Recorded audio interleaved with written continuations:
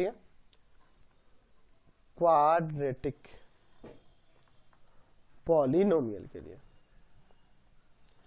तो जब हम किसी क्वाड्रेटिक पॉलिनोमियल की बात करें तो उसके जनरल फॉर्म को हम लोग जानते हैं।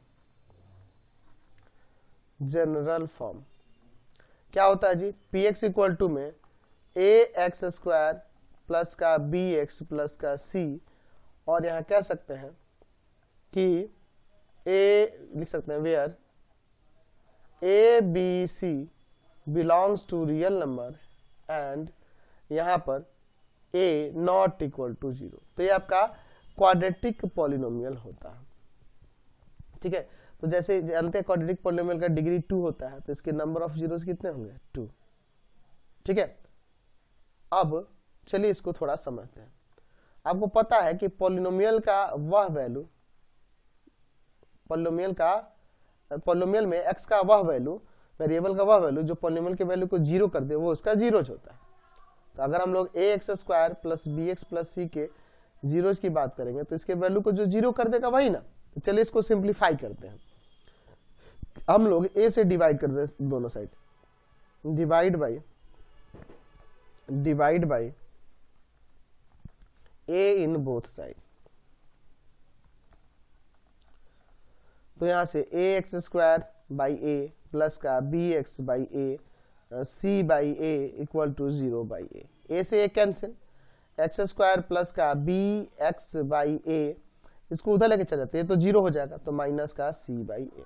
ध्यान से देखिए यहाँ पे एक्स स्क्वायर प्लस का 2 इंटू में एक्स इंटू बी बाई 2 है, देखो 2 से मल्टीप्लाई किए इसमें और डिवाइड भी कर दिए बैलेंस करने के लिए। तो ए स्क्वायर प्लस 2ab और प्लस बी स्क्वायर इसको ऐड कर देते हैं बैलेंस करने के लिए, और बैलेंस करने के लिए यहाँ पे हम लोग b बाई 2a इधर भी ऐड कर देते हैं और माइनस का c बाई a है। बात समझे, यहाँ पे हमने a square plus 2ab plus b square के फॉर्म में इसे किया, तो जब ये एक्स्ट्रा यहाँ दिया है तो इक्वल की साइड भी दे दी बैलेंस करने के लिए। तो यहाँ से आप फॉर्मूला बन जाएगा a प्लस बी का होल स्क्वायर और इधर आ जाएगा बी स्क्वायर बाई में 4a square minus c by a. चलिए आगे इसे सिंप्लीफाई करते हैं, x प्लस का b बाई 2a का होल स्क्वायर, इधर एलसीएम हो जाएगा 4a स्क्वायर, तो आ जाएगा b स्क्वायर माइनस का 4ac, स्क्वायर को उधर ले जाते हैं तो प्लस माइनस भी लग जाता है, आपको पता ही है, root under b square minus 4ac by में 2a स्क्वायर। अब चलिए यानी x equal to minus B by 2a plus minus root of B square minus 4ac।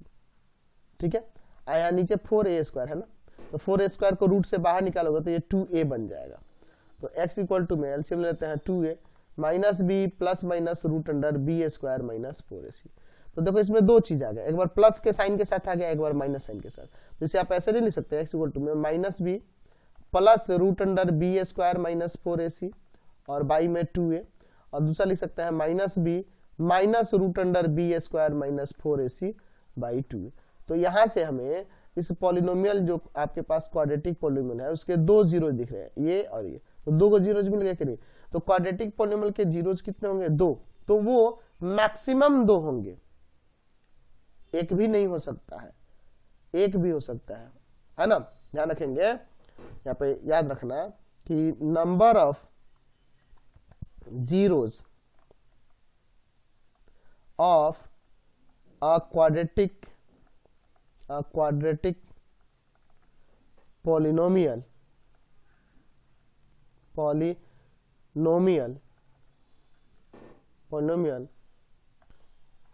is maximum 2। अच्छा, जो क्वाड्रेटिक पॉलिनोमियल होगा उसके जीरो जो होंगे मैक्सिमम 2 होंगे। ऐसा क्यों लिख रहे हैं, या तो हमें 2 मिल जा रहा है ना जी, तो मैक्सिमम 2 क्यों कह रहे हैं, समझिए इसको। जैसे मैं यहाँ पे पॉलिनोमियल एक लिखता हूं एक्स स्क्वायर प्लस का 2x प्लस 1। देखिए यहाँ पर मैं यहाँ पर इसका फैक्टर कर सकता हूँ नहीं, एक्स स्क्वायर प्लस 2 इंटू में x इंटू में 1 प्लस 1 का स्क्वायर, तो ये a प्लस बी के होल स्क्वायर पे हो जाएगा।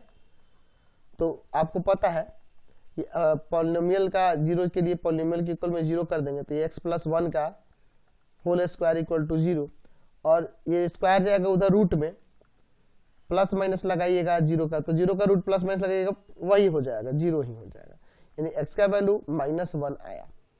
तो आप देख लो अगर इसमें -1 पुट करोगे तो इस पॉलिनोमियल का वैल्यू 0 आ जाएगा, बिल्कुल आ जाएगा। अगर इसके अलावा और कोई रियल नंबर पूछूं आपसे, या आप बताइए कि x इक्वल टू 1 को छोड़कर, -1 को छोड़कर, -1 को छोड़कर और कोई रियल नंबर है जिसके लिए इसका वैल्यू 0 आ जाए, आपको कोई ऐसा रियल नंबर नहीं दिखेगा। तो ये क्वाड्रेटिक तो है, लेकिन अगर नंबर ऑफ जीरोज की बात करें इसमें तो सिर्फ एक ही 0 आ रहा है, ठीक है। अच्छा, दूसरा मैं पॉलिनोमियल लेता हूं x² प्लस का 7x प्लस 12, मैं यहां पे इसके इक्वल में 0 कर देता हूं। तो x² प्लस का 7x प्लस का 12 इक्वल टू 0 लेंगे, तो यहां ध्यान से देखिए x² प्लस का 4x प्लस का 3x फैक्टर होगा। हमको ऐसे दो पार्ट में इसको करना होता है ना, ताकि सॉल्व करने पे ये आ जाए और मल्टीप्लाई करने पे ये इनके प्रोडक्ट के इक्वल है। तो यहाँ x कॉमन करेंगे, x प्लस का 4, यहाँ प्लस का 3 कॉमन होगा, x प्लस का 4। तो यहाँ से x प्लस 4 कॉमन कर लीजिए, बच जाएगा यहाँ x और यहाँ पर प्लस का 3। अब यहाँ से इनको अलग अलग कर देते हैं, x plus 4 equal to 0 and x plus 3 equal to 0। यहाँ से x का वैल्यू एक माइनस का 4 आ गया, x का वैल्यू -3 आ गया। अगर हम -4 पुट करेंगे तो भी पॉलिनोमियल का वैल्यू 0 आ जाएगा, और -3 पुट करेंगे तो भी पॉलिनोमियल का वैल्यू 0 आ जाएगा। तो इस पॉलिनोमियल के आपके पास 2 0 हो जा रहे हैं। अच्छा, एक और मैं पॉलिनोमियल लेता हूँ, px इक्वल टू मैं लिखता हूँ x² और प्लस का 4। क्या आपको यहाँ x जगह कोई ऐसा रियल नंबर दिख रहा है जिसको रखने पर इस पॉलिनोमियल का वैल्यू 0 आ जाए? आप प्लस में रखो, माइनस में रखो, ये x² है तो इसका वैल्यू हमेशा 0 से ग्रेटर होगा और 0 के इक्वल होगा, है ना। इसका वैल्यू हमेशा 0 और 0 से ग्रेटर होगा या इक्वल होगा। तो यहाँ जब +4 ऐड होगा उसमें या इसमें, तो क्या कभी भी ये 0 आएगा? कभी भी 0 नहीं हो सकता। आपके पास कोई रियल नंबर ऐसा दिखेगा नहीं जिसको रखने पे इसका वैल्यू क्या आ जाए? 0 आ जाए। तो इस पॉलिनोमियल के कोई भी जीरोज नहीं होंगे, कोई भी जीरोज नहीं होंगे। क्यों नहीं होंगे? आप px इक्वल टू 0 रखिए, x² प्लस का 4 इक्वल टू 0 ले लेते हैं, 4 हो जाएगा, माइनस का 4 हो जाएगा। क्या किसी नंबर का स्क्वायर कभी भी माइनस में आएगा? नहीं आएगा। कोई भी रियल नंबर रखिएगा इसका स्क्वायर कभी -4 होगा? पॉसिबल ही नहीं है। क्यों? क्योंकि स्क्वायर जब उधर जाएगा प्लस माइनस लगेगा तो रूट अंडर -4 होगा, और ये रियल नंबर नहीं है। आपको मैंने पहले ही बताया कि रूट के अंदर जब निगेटिव आ जाए तो इसको इमेजिनरी नंबर कहते हैं, और इमेजिनरी नंबर में आपको मैंने बता रखा है कि माइनस रूट अंडर -1 का वैल्यू एक ग्रीक सिंबल आयोटा से डिनोट किया जाता है, जो कि -1 आयोटा स्क्वायर के इक्वल होगा। तो ये सारी चीजें भी हमें बाद के लिए है, क्लास 11th में पढ़ना है। तो ध्यान रखेंगे कि यहाँ पे इस पॉलिनोमियल का अगर हम लोग बात करेंगे नंबर ऑफ जीरोज की, तो एक भी जीरोज नहीं हो रहा है। तो हमें क्वाड्रेटिक में ऐसे पॉलिनोमियल मिल रहे हैं जिनके कभी कभी एक भी जीरो नहीं हो रहा है, कभी कभी 2 जीरोज हो जा रहा है, और कभी कभी ऐसा पॉलिनोमियल मिल रहा है जिसका सिर्फ एक ही जीरोज रह रहा है। तो इसीलिए मैंने लिखा है कि number of zero in quadratic polynomial is maximum 2, maximum 2 होगा। अगर कम से कम बात करें तो हो सकता है कि क्वाड्रेटिक पॉलिनोमियल ऐसा हो जिसका एक भी जीरोज ना है, हो सकता है क्वाड्रेटिक पॉलिनोमियल ऐसा हो जिसका सिर्फ एक जीरो है, हो सकता है ऐसा क्वाड्रेटिक पॉलिनोमियल हो जिसके 2 जीरोज हो जाए। समझ गए? चलिए अब हम लोग कुछ क्वाड्रेटिक पॉलिनोमियल देखते हैं और उसको देखेंगे कैसे सिंप्लीफाई करेंगे। जैसे मान लीजिए मैं px इक्वल टू में मैं एक पॉलिनोमियल ले लेता हूँ x का स्क्वायर और माइनस का 9/4, इस तरह का दिया है। तो यहाँ ध्यान दो कि जो आपका जनरल फॉर्म था पॉलिनोमियल का ax² प्लस का bx और प्लस का c, यहाँ क्या था? Where a b c belongs to real number and a not equal to 0। तो इस पॉलिनोमियल को देख के क्या पता चल रहा है कि ये b वाला टर्म यहाँ गायब है। तो जब ये b वाला टर्म गायब हो, यानी कि यहाँ b का कोएफिशिएंट 0 हो, यानी सिर्फ ये दोनों टर्म हो, तो इस तरह के पॉलिनोमियल में क्या करेंगे? इसको क्या करेंगे? इक्वल टू में 0 पुट कर देंगे। आपको पता है ना इसका जीरो निकालना है, तो px इक्वल टू 0 रख देंगे। तो इसको आप उधर भेज दीजिए, 9/4 प्लस का स्क्वायर को रूट में भेज दिए और प्लस माइनस लगा दीजिए, यानी कि आ गया प्लस माइनस 9 का रूट 3 और 4 का रूट 2। तो प्लस माइनस 3/2 यानी कि -3/2 और प्लस का 3/2 इसका 0 हो गया।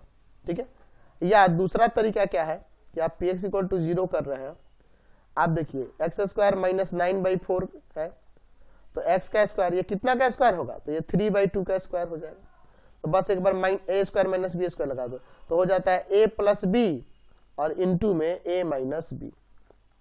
अब इनको यहां से अलग अलग कर देते हैं, यानी कि x प्लस 3/2 इक्वल टू 0 और x माइनस 3/2 इक्वल टू 0, यानी x इक्वल टू आ जाएगा माइनस का 3/2 और यहाँ x इक्वल टू में आ जाएगा 3/2। समझ गए? तो यहाँ पे ये दो मेथड मैंने आपको बता दिए, फॉर्मूला लगा के भी और डायरेक्ट भी इक्वल में 0 पुट करके। तो अगर मान लीजिए दूसरा मैं यहाँ पे लेता हूँ पॉलिनोमियल px इक्वल टू में x² प्लस का मान लीजिए यहाँ ले लेता हूँ 4x और प्लस 3, तो इसका अगर हमें 0 निकालना हो तो px इक्वल टू आप 0 पुट करिएगा, x² प्लस का 4x प्लस 3।